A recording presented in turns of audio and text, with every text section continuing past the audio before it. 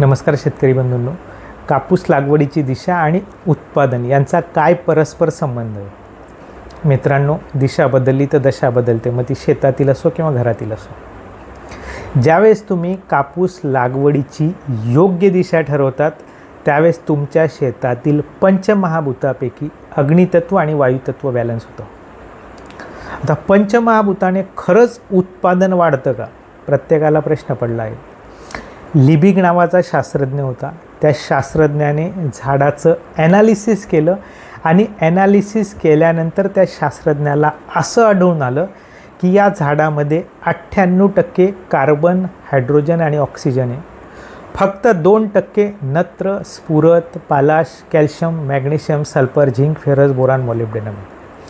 मित्रांनो, झाडाचं ॲनालिसिस केल्यानंतर 98% जर कार्बन, हायड्रोजन, ऑक्सिजन सापडत असेल आणि आपण कुठल्याही टॉनिकद्वारे किंवा कुठल्याही कृषी निविष्ठाद्वारे हे कार्बन, हायड्रोजन, ऑक्सिजन झाडाला पुरवू शकत नाही. झाड हे कार्बन, हायड्रोजन, ऑक्सिजन हे निसर्गाच्या माध्यमातून, मग ते हवा, पाणी किंवा जमीन असो, या माध्यमातून घेत असतं आणि स्वतःची वाढ करत असतं.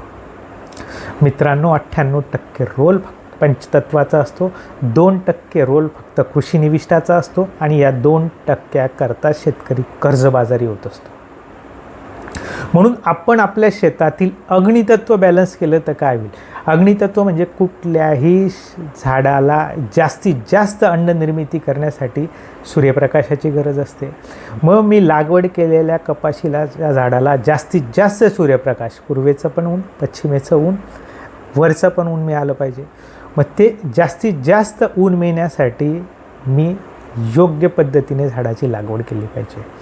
एका झाडाची सावली दुसऱ्या झाडावर पडल्यानंतर ज्या झाडावर सावली पडते ते झाड नुसतं वाढतं, त्या झाडाला नुसत्या पात्या लागतात, पाहिजे तशी फळधारणा होत नाही. म्हणून मी लागवड केलेल्या झाडाला जास्तीत जास्त सूर्यप्रकाश मिळण्यासाठी मला त्या पद्धतीने कपाशीची लागवड करायची आहे. दुसरी गोष्ट, कीड पण अंडी घालण्यासाठी सुरक्षित जागा बघत असते. ज्यावेळेस तुम्ही योग्य पद्धतीने कपाशीची लागवड करणार त्यावेळेस झाडाच्या प्रत्येक अवयवापर्यंत सूर्यप्रकाश पोचणार आहे. प्रत्येक अवयवापर्यंत सूर्यप्रकाश पोचल्यामुळे मित्रांनो, सगळ्यात मोठा सॅनिटायझर, सर्वात मोठा स्टरिलायझर जर कोणी असेल तर तो आहे सूर्य. शेवटपर्यंत प्रत्येक अवयवापर्यंत सूर्यप्रकाश पोचेल, त्यामुळे कुठलंही कीड तिथे अंडी घालू शकणार नाही. अंड घातलं तर ते अंड पुढच्या स्टेजमध्ये जाणार नाही. तिसरी गोष्ट काय होईल, ज्यावेळेस आतपर्यंत सूर्यप्रकाश पोचेल त्यावेळेस त्या ठिकाणी असलेल्या बुरशीच्या स्पोरचा इनोकुलम ग्रो होणार नाही. म्हणजे नैसर्गिकरित्या तुमच्या शेतातील उत्पादन वाढणार आहे, किडीचा बंदोबस्त होणार आहे आणि बुरशी कंट्रोलमध्ये राहणार आहे. ज्यावेळेस तुम्ही कापूस लागवडीची योग्य दिशा ठरवणार त्यावेळेस तुमच्या शेतातील वायुतत्व बॅलन्स होणार आहे. वायुतत्व बॅलन्स म्हणजे काय? कुठल्याही पिकाला जास्तीत जास्त अन्न निर्मिती करण्यासाठी कर्बवायूची गरज असते. कर्बवायू म्हणजे कार्बन डायऑक्साईडची गरज असते. ज्यावेळेस तुम्ही तुमच्या शेतात वायुतत्व बॅलन्स करणार, जास्तीत जास्त कार्बन डायऑक्साईडची निर्मिती होईल. ज्यावेळेस झाड उभं असतं, झाडाला नवीन मुळ्या येत असतात, जुन्या मुळ्या कुजत असतात. ज्यावेळेस जुन्या मुळ्या कुजत असतात, सडत असतात, त्यावेळेस 2 वायू निघतात, एक कार्बन डायऑक्साईड आणि दुसरा मिथेन वायू. कार्बन डायऑक्साईड वायू हा जड असल्यामुळे जमिनीलगत असतो. ज्यावेळेस तुम्ही योग्य दिशा ठरवणार आहे त्यावेळेस तुमच्या शेतातील वारा अडवला जाईल. वारा अडवल्यामुळे काय होईल, जमिनीलगत असलेला कार्बन डायऑक्साईड हा जमिनीलगतच राहील. त्यामुळे तुमच्या शेतात जास्तीत जास्त कार्बन डायऑक्साईडची निर्मिती होईल.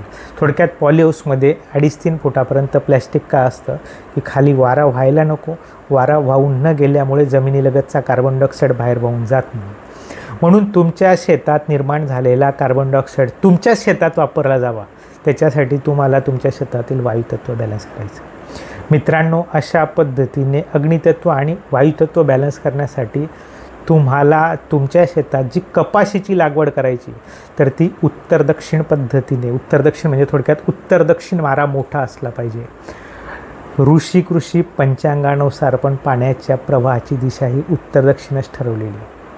म्हणून आपण लागवड केलेल्या कापसाचा उत्तर दक्षिण वारा हा मोठा असला पाहिजे. जर आपण काही कारणास्तव जमिनीचा स्लोप, जमिनीचा जो शेप आहे त्यानुसार जर आपण उत्तर दक्षिण मारा जर मोठा ठेवू शकलो नाही तर त्या ठिकाणी हा कन्सेप्ट लागू होणार नाही.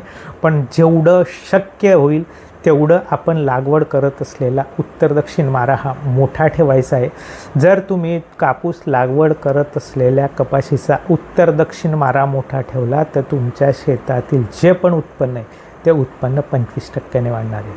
मित्रांनो, अशा पद्धतीने यावर्षी आपल्याला कापूस लागवडीचा जे पण लागवड करणार आहे, जी पण व्हरायटी लागवड करणार आहे तर आपल्याला उत्तर दक्षिण मारा मोठा ठेवायचा आहे. मित्रांनो, व्हिडिओ आवडला तर लाईक करू शकतात, सबस्क्राईब करू शकतात आणि फॉरवर्ड करू शकतात. ओके, धन्यवाद.